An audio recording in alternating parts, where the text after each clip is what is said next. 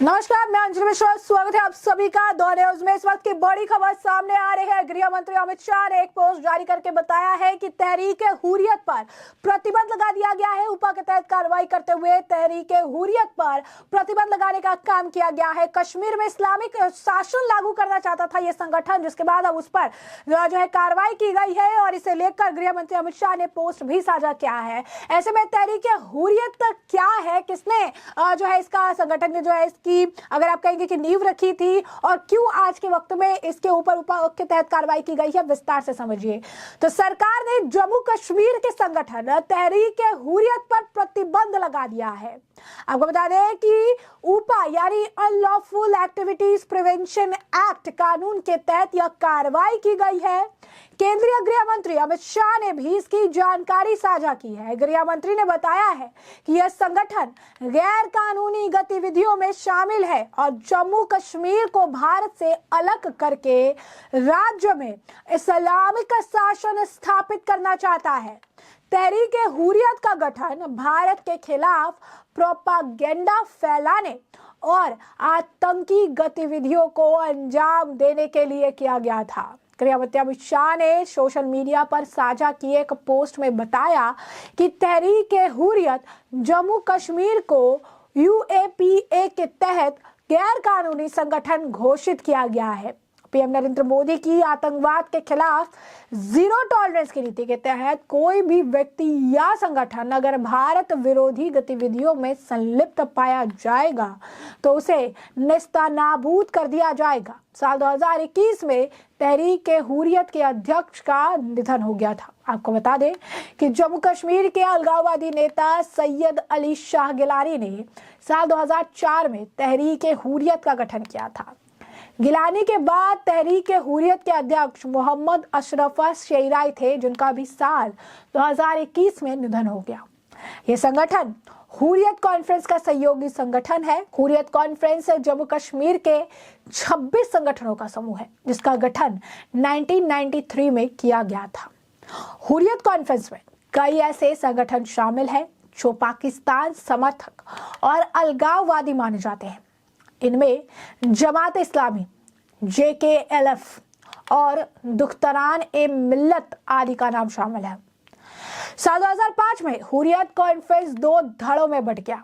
इसमें नरमपंथी गुट का नेतृत्व मीरवाइज उमर फारूक को मिला और चरमपंथी गुट का नेतृत्व सैयद अली शाह गिलानी ने किया। अब इसी गुट ने जमात इस्लामी विचारधारा का समर्थन किया था। तो आपको बता दें कि ये जो गुट है, ये गुट जमात इस्लामी विचारधारा को पूरी तरीके से समर्थन देती है, जो कि केंद्र द्वारा 2019 में राष्ट्र विरोधी गतिविधियों के समर्थन, फंडिंग जैसे आरोपों के चलते यूएपीए के तहत प्रतिबंधित घोषित किया गया था। बता दें कि गिलानी ने तहरीक हुर्रियत जम्मू कश्मीर का ऑफिस अपना घर ही बना रखा था। जब वो अध्यक्ष पद से हट गए तो उसके बाद इस संगठन का कोई भी ऑफिस श्रीनगर में मौजूद नहीं है। बता दें कि इससे पहले शब्बीर शाह की अध्यक्षता वाली डेमोक्रेटिक फ्रीडम पार्टी JK और मसरत आलम की अध्यक्षता वाली मुस्लिम लीग JK को यूएपीए के तहत गैर कानूनी घोषित किया गया था। उस दौरान भी गृह मंत्री अमित शाह ने कहा था कि प्रधानमंत्री नरेंद्र मोदी सरकार का संदेश बहुत साफ और स्पष्ट है कि राष्ट्र की एकता, संप्रभुता और अखंडता के खिलाफ काम करने वाले किसी भी व्यक्ति या संस्था या संगठन को बख्शा नहीं जाएगा और उसे कानून का सामना करना ही पड़ेगा। दरअसल प्रधानमंत्री नरेंद्र मोदी के नेतृत्व वाली सरकार के जरिए तहरीक हुर्रियत पर ऐसे समय पर कार्रवाई की गई है जब कुछ दिन पहले ही घाटी में एक और संगठन को बैन किया गया था। सरकार ने 27 दिसंबर को मुस्लिम लीग जम्मू कश्मीर यानी मसरत आलम गुट को प्रतिबंधित आतंकी संगठन जो है घोषित कर दिया। इस संगठन के नेता मसरत आलम भट्ट भारत विरोधी एजेंडा चलाता था। वो पाकिस्तान के सपोर्ट में घाटी में गतिविधियां भी कर रहा था। अब ऐसे में ताबड़तोड़ अगर आप कहेंगे आतंकियों के खिलाफ ये बड़ी कार्रवाई है, किसी भी तरीके से अगर आप कहेंगे कि पीछे हटने का सवाल ही नहीं उठता है। सरकार पहले भी कई बार कह चुकी है और अब भी कह रही है कि किसी भी तरीके से पत्थरबाजों पर जो कि भारत के खिलाफ एजेंडा प्रोपेगेंडा चलाते हैं, जो पाकिस्तानी समर्थन है, उन्हें किसी भी तरीके से बख्शा नहीं जाएगा। टेरर से जुड़ा हुआ मामला हो, टेरर फंडिंग से जुड़ा हुआ मामला हो, और या फिर अगर आप कहेंगे जिहादियों को तैयार करने से जुड़ा हुआ मामला हो, किसी भी तरीके से आतंकवाद को किसी भी हाल में, किसी भी रूप में, किसी भी जगह पर समर्थन नहीं दिया जाएगा। सरकार की जीरो टॉलरेंस की नीति है और उसी के तहत ताबड़तोड़ कार्रवाइयां होती रहेगी। तो ऐसे में आपको बता दें कि अब जो है सोशल मीडिया पर वो पत्र भी सामने आ गया है, भारत का जो राजपत्र है जिसमें इस पर बैन लगाने की बात कही गई है, वो सामने आ चुका है और उसमें साफ तौर पर लिखा गया है कि तहरीक हुर्रियत का उद्देश्य भारत में जम्मू कश्मीर को अलग करना, जम्मू कश्मीर में जो है इस्लामिक शासन की स्थापना करना था।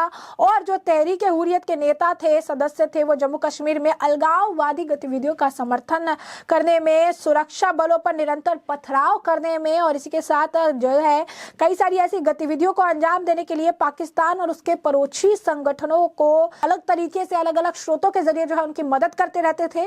और तहरीक हुर्रियत और उनके सदस्य अपनी गतिविधियों में देश के संवैधानिक प्राधिकरण और संवैधानिक जो संरचना था उसका घोर अनादर भी करते थे, जिसके बाद उनके ऊपर यह कार्रवाई की गई है।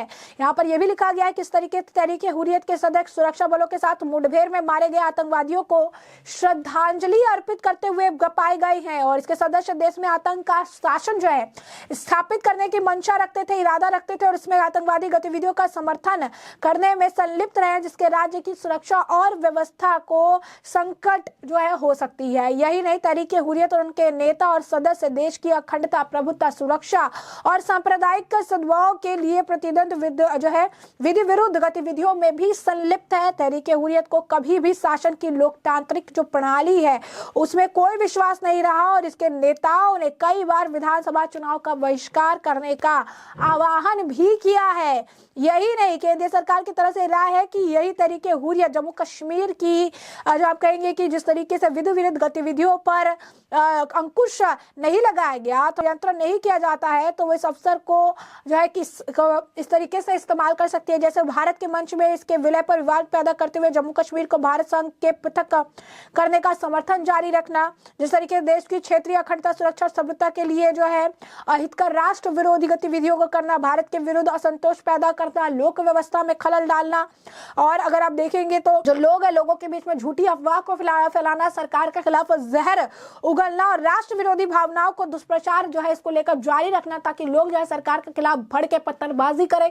और इन सभी चीजों से काफी खतरा है और यही कारण है कि इस संगठन के काम को देखते हुए, संगठन के अगर आप कहेंगे गतिविधियों को देखते हुए, इस पर उपा के तहत कार्रवाई करते हुए पूरी तरीके से इस पर प्रतिबंध जो है लगा दिया गया है। इसके बाद आपको बता दें कि इसमें साफ तौर पर लिखा हुआ है कि इनकी गतिविधियों को देखते हुए जो है केंद्र सरकार ने यह मत है कि तहरीक हुर्रियत जम्मू और कश्मीर को तत्काल प्रभाव से विधि विरुद्ध संगठन घोषित करना आवश्यक है और तदनुसार जो अधिनियम है उसकी धारा 3 की उपधारा 3 के पक्तुम द्वारा प्रत्यक्ष शक्तियों का प्रयोग करते हुए केंद्रीय सरकार यह निर्देश देती है कि ये अधिसूचना उक्त अधिनियम की धारा 4 के अधीन ले जाने वाले किसी भी आदेश के अधीन राजपत्र में इसके प्रकाशन की तारीख जो है 5 वर्षों की अवधि के लिए प्रभाव होगी। यानी जिस तरीके से जो पत्र के बारे में हमने आपको जानकारी दी है उसके हिसाब से 5 साल का ये बैन है और इससे फिर आगे भी इसे एक्सटेंड जो है किया जा सकता है। इसकी अवधि जो है 5 साल के लिए फिर से रिन्यू कराया जाएगा और इस तरीके से प्रतिबंध जो है लगातार इस पर जारी रहेगा। आपने देखा किस तरीके से जो है ये संगठन कितना खतरनाक है और किस तरीके से सरकार के खिलाफ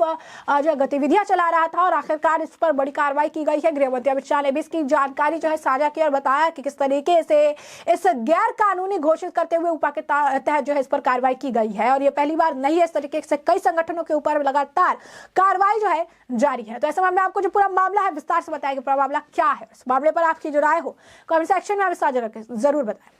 धन्यवाद।